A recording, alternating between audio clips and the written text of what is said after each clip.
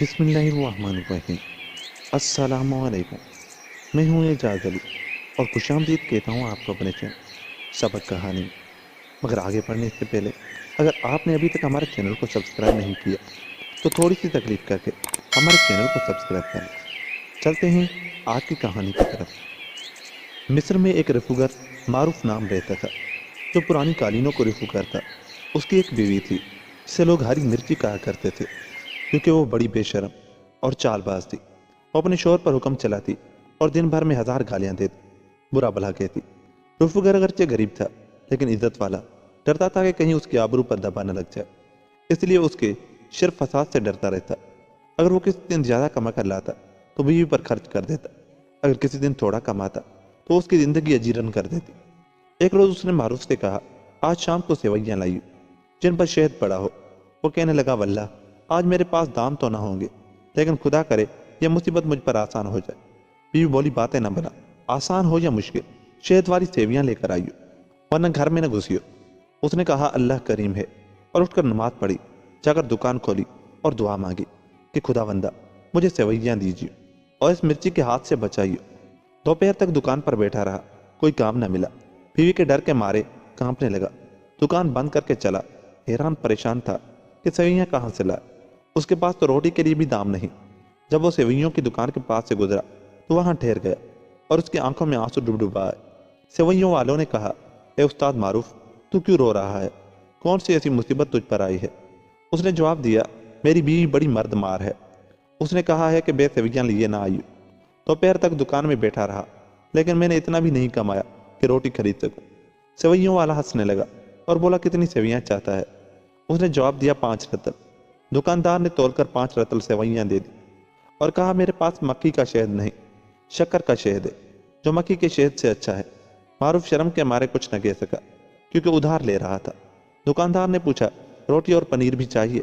اس نے کہا، ہاں، اور 4 اٹھنیوں کی روٹی، 1 کا پنیر اور 10 کی سیویاں لی۔ دکاندار بولا، اے معروف، تیری طرف 15 اٹھنیاں ہو گئی ہیں، 1 اٹھنی نقد حمام کے لیے بھی لیتا جا، 2-3 دن میں جب خدا تجھے دے ادا کر دیجیے۔ معروف سیویاں، روٹیاں اور پنیر دے کر اسے دعا دیتا ہوا چل دیا اور راستے بھر کہتا رہا کہ خدا بندہ تو کتنا کریم ہے۔ گھر پہنچ کر اس نے سیویاں بیوی کے آگے رکھ دی۔ بیوی نے دیکھا یہ تو گنے کا شہد ہے، کہنے لگی، میں نے تو تجھ سے کہا تھا کہ مکھیوں کے شہد کے ساتھ لائی، تو گنے کا شہد ڈلوا لایا۔ معروف نے معافی مانگی اور کہا، میں ادھار لایا ہوں۔ بیوی نے کہا، جھوٹ بکتا ہے، اور ناراض ہو کر اس کے منہ پر تھپڑ مارا اور کہا، جا کر دوسری سیویاں لا، اور اس زور سے اس کی کان پٹی پر مکہ رسید کیا کہ اس کا ایک دانت ٹوٹ گیا اور خون سینے تک بہنے لگا۔ رفوگر کو بھی غصہ تو بہت آیا لیکن ضبط کیا۔ اس نے آستہ سے بیوی کے سر پر ایک دھول ماری۔ بیوی نے اس کی داڑھی پکڑی اور چلانے لگی، اے مسلمانوں دوڑو۔ پڑوسی نے آ کر اس کی داڑھی چھڑائی اور عورت کو برا بھلا کہنے لگی اور کہا، ہم سب سیویوں کے گنے کے شہد کے ساتھ کھاتے ہیں، تو اس بیچارے پر کیوں ظلم کر رہی ہے؟ بری بات ہے۔ ادھر وہ دونوں میں صلح کرا کے چل دیے اور ادھر بیوی نے قسم کھائی کہ میں ہرگز نہیں کھاؤں گی۔ شوہر بھوکا تو تھا ہی، بولا، تو نہیں کھاتی تو میں کھاتا ہوں۔ بیوی نے کہا، یہ زہر ہو کر تیرے حلق سے اترے گا۔ شوہر ہنستا جاتا، کھاتا جاتا اور کہتا، تو نے تو ان کے نہ کھانے کی قسم کھائی ہے، خدا نے چاہا تو میں کل شام کو سیویاں اور خالص شہد لاؤں گا، پھر تو اکیلی انہیں کھائیو۔ وہ بیوی کو منائے جاتا اور بیوی اسے بد دعائیں دیے جاتی۔ غرض کہ رات بھر بیوی اسے برا بھلا کہتی اور کوستی رہی۔ صبح ہوئی تو اس نے اپنے شوہر کو مارنے کے لیے آستینیں چڑھائیں۔ شوہر نے کہا، صبر کر، میں جا کر تیرے لیے دوسری سیویاں لاتا ہوں۔ وہ ابھی دکان کھول کر بیٹھا ہی تھا کہ قاضی کے 2 پیادے آئے اور کہا، چل تجھے قاضی بلاتا ہے، تیری بیوی نے تیرے اوپر نالش کی ہے۔ وہ قاضی کے پاس پہنچا تو دیکھا کہ اس کی بیوی پاؤں پر پٹیاں باندھ کر کھڑی ہے، اس کا برقع خون میں لتھڑا ہوا ہے، وہ روتی اور آنسو پوچھتی جاتی ہے۔ قاضی نے کہا، اے شخص، کیا تو خدا سے نہیں ڈرتا؟ تو نے اپنی بیوی کو مارا اور اس کی ٹانگ توڑ دی، دانت توڑا ہے۔ اس نے کہا، اگر میں نے اسے مارا ہو یا دانت توڑا ہو تو جو تیرا جی چاہے مجھے سزا دے۔ اصل قصہ یہ ہے، اور پڑوسیوں نے آ کر بیچ بچاؤ کیا ہے۔ قاضی نے 1/4 دینار نکالا اور کہا، اس کی سیویاں اور خالص شہد خرید کر اپنی بیوی کو دے دے اور دونوں صلح کر لو۔ اس نے کہا، یہ دام بیوی کے حوالے کر دے، اور بیوی نے لے لیے۔ قاضی نے دونوں میں صلح کرا دی اور کہا، اے نیک بخت، اپنے شوہر کا کہنا مان، اے بھلے مانس، اس کے ساتھ نرمی سے پیش آ۔ بیوی ایک راستے سے چل دی اور شوہر دوسرے راستے سے۔ دکان چلا گیا۔ ابھی دکان کھولی ہی تھی کہ دونوں پیادے آ کر کہنے لگے، ہمارا حق دے۔ اس نے کہا، قاضی نے تو مجھ سے کچھ نہیں لیا بلکہ 1/4 دینار مجھے دیے۔ وہ بولے، ہمیں اس سے مطلب نہیں، قاضی نے تجھے دیا یا تجھ سے لیا، اگر تو ہمارا حق نہ دے گا تو ہم زبردستی لے لیں گے۔ یہ کہہ کر انہوں نے اسے پکڑ کر گلی میں گھسیٹنا شروع کیا اور اس نے مجبور ہو کر اپنے اوزار بیچے اور انہیں نصف دینار دیا۔ پیادے چلے گئے تو وہ بیٹھ کر افسوس کرنے لگا کہ اب اوزار بھی جاتے رہے، کام کیسے کروں گا۔ اتنے میں اور دو آدمی بھیانک شکل کے اس کے پاس پہنچے اور کہا، چل قاضی کے پاس، تیری بیوی نے نالش کی ہے۔ وہ بولا، قاضی نے تو ہمارے درمیان صلح کرا دی ہے۔ انہوں نے کہا، ہم اس قاضی کے پیادے نہیں ہیں، تیری بیوی نے ہمارے قاضی کے پاس نالش کی ہے۔ وہ بیوی کو کوستا ہوا دونوں پیادوں کے ساتھ چل دیا۔ قاضی کے ہاں پہنچ کر اس نے بیوی کو دیکھا اور کہا، اے حلال زادی، کیا ہم میں صلح نہیں ہو گئی؟ بیوی نے کہا، ہم میں صلح نہیں ہو سکتی۔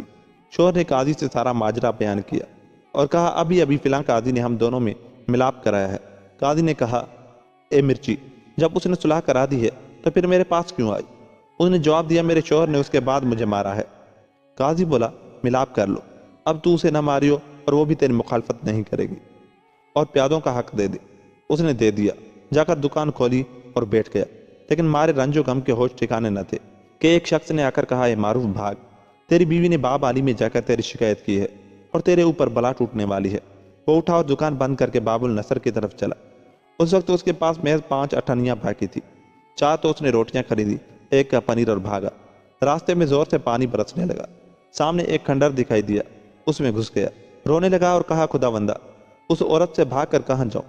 خدا بندہ، میں تجھ سے دعا کرتا ہوں کہ تو مجھے ایسے ملک میں پہنچا دے جہاں وہ میرا پیچھا نہ کر سکے۔ اتنے میں دیوار پھٹی، ایک لمبا تڑنگا شخص اس میں سے نکلا اور کہنے لگا، یہ شخص تو آج مجھے کیوں پریشان کر رہا ہے؟ میں 200 سال سے یہاں رہتا ہوں، اب تک تو کوئی اس گھر میں آیا نہیں۔ بتا تیرا کیا مقصد ہے تاکہ میں اسے پورا کر دوں، کیونکہ مجھے تجھ پر ترس آتا ہے۔ معروف نے اسے سارا ماجرا بیان کر دیا جو اسے بیوی کے ساتھ پیش آیا تھا۔ اس نے کہا، میری پیٹھ پر سوار ہو جا۔ وہ سوار ہو گیا۔ وہ شخص اڑا، عشاء کے وقت سے لے کر فجر تک اڑتا رہا اور جا کر اسے ایک اونچے پہاڑ پر اتار دیا اور کہا، اے انسان، یہاں سے اتر کر سامنے والے شہر میں چلا جا، وہاں تیری بیوی کسی حالت میں نہیں پہنچ سکتی۔ معروف اس شہر میں جا پہنچا اور اسے دیکھ کر خوش ہو گیا۔ لوگ اسے دیکھ کر معتجب ہوتے کیونکہ اس کا لباس ان لوگوں سے مختلف تھا۔ ایک شخص نے اس سے پوچھا، کیا تو پردیسی ہے؟ اس نے کہا، ہاں۔ اس شخص نے کہا، کس ملک سے آیا ہے؟ اس نے جواب دیا، مصر سے۔ اس شخص نے کہا، کیا تجھ مصر چھوڑے مدت ہو گئی ہے؟ معروف بولا، کل عصر کے وقت چھوڑا ہے۔ وہ شخص ہنسنے لگا اور کہا، لوگو آؤ اور سنو کہ یہ شخص کیا کہتا ہے۔ اس کا بیان ہے کہ وہ کل عصر کے وقت مصر سے چلا ہے۔ یہ سن کر سب لوگ ہنس پڑے اور کہنے لگے، کہیں تو پاگل تو نہیں ہو گیا کہ ایسی باتیں کرتا ہے؟ یہاں سے مصر کا راستہ پورے سال بھر کا ہے۔ معروف بولا، پاگل تم ہوگے، دیکھو یہ میرے پاس مصر کی روٹیاں ہیں جو ابھی تک تازی ہیں۔ روٹیاں دیکھ کر سب اچنبھے میں پڑ گئے کیونکہ وہ روٹیاں ان کی روٹیوں کی سی نہ تھی۔ اب شہر بھر میں اس کا شہرہ ہو گیا، بعض اسے سچا مانتے، بعض جھوٹا، اور اس کا مذاق اڑاتے۔ اسی اسنا میں ایک تاجر کھچر پر سوار آ پہنچا، اس کے پیچھے 2 غلام تھے۔ وہ بھیڑ کو چیرتا پھاڑتا اندر آیا اور کہا، لوگوں تمہیں شرم نہیں آتی؟ غریب پردیسی کا مذاق اڑاتے ہو۔ وہ سب کو برا بھلا کہتا رہا، کسی نے چوں تک نہ کی۔ پھر اس نے معروف کی طرف مخاطب ہو کر کہا، بھائی ان کی باتوں پر خیال نہ کر، یہ بے شرم ہے اور میرے ساتھ آ۔ وہ اسے ایک بڑے اور خوبصورت مکان میں لے گیا، ایک شاہانہ کرسی پر بٹھایا اور 1000 دینار کی پوشاک پہنائی۔ معروف خوشرو تو تھا ہی، پوشاک پہن کر تاجروں کا شاہ بندر معلوم ہونے لگا۔ اس کے بعد دسترخوان بچھایا گیا، دونوں نے کھانا کھایا۔ اس نے معروف سے پوچھا، بھائی تیرا نام کیا ہے؟ اس نے جواب دیا، میرا نام معروف ہے اور پیشہ پرانی قالینوں کی رفوگری۔ اس نے پوچھا، وطن؟ معروف بولا، مصر۔ اس نے کہا، محلہ؟ معروف بولا، تو مصر سے واقف ہے؟ اس نے کہا، میں وہیں کا باشندہ ہوں۔ معروف نے کہا، میرا گھر درب احمر میں ہے۔ اس نے کہا، شیخ احمد عطر فروش کو پہچانتا ہے؟ معروف نے کہا، میری دیوار سے اس کی دیوار ملی ہوئی ہے۔ اس نے پوچھا، اس کی اولادیں ہیں؟ معروف نے کہا، 3، مصطفیٰ، محمد اور علی۔ مصطفیٰ عالم ہے اور لڑکے پڑھاتا ہے۔ محمد عطر فروش ہے اور اس کی دکان باپ کی دکان کے پہلو میں ہے۔ اس کی شادی ہو چکی ہے اور اس کا حسن نامی ایک لڑکا ہے۔ اب رہا علی، تو میں اور وہ بچپن میں ساتھ ساتھ کھیلا کرتے تھے۔ عیسائی لڑکوں کا لباس پہن کر گرجوں میں جاتے، کتابیں چرا لاتے اور انہیں بیچ کر کھاتے اڑاتے۔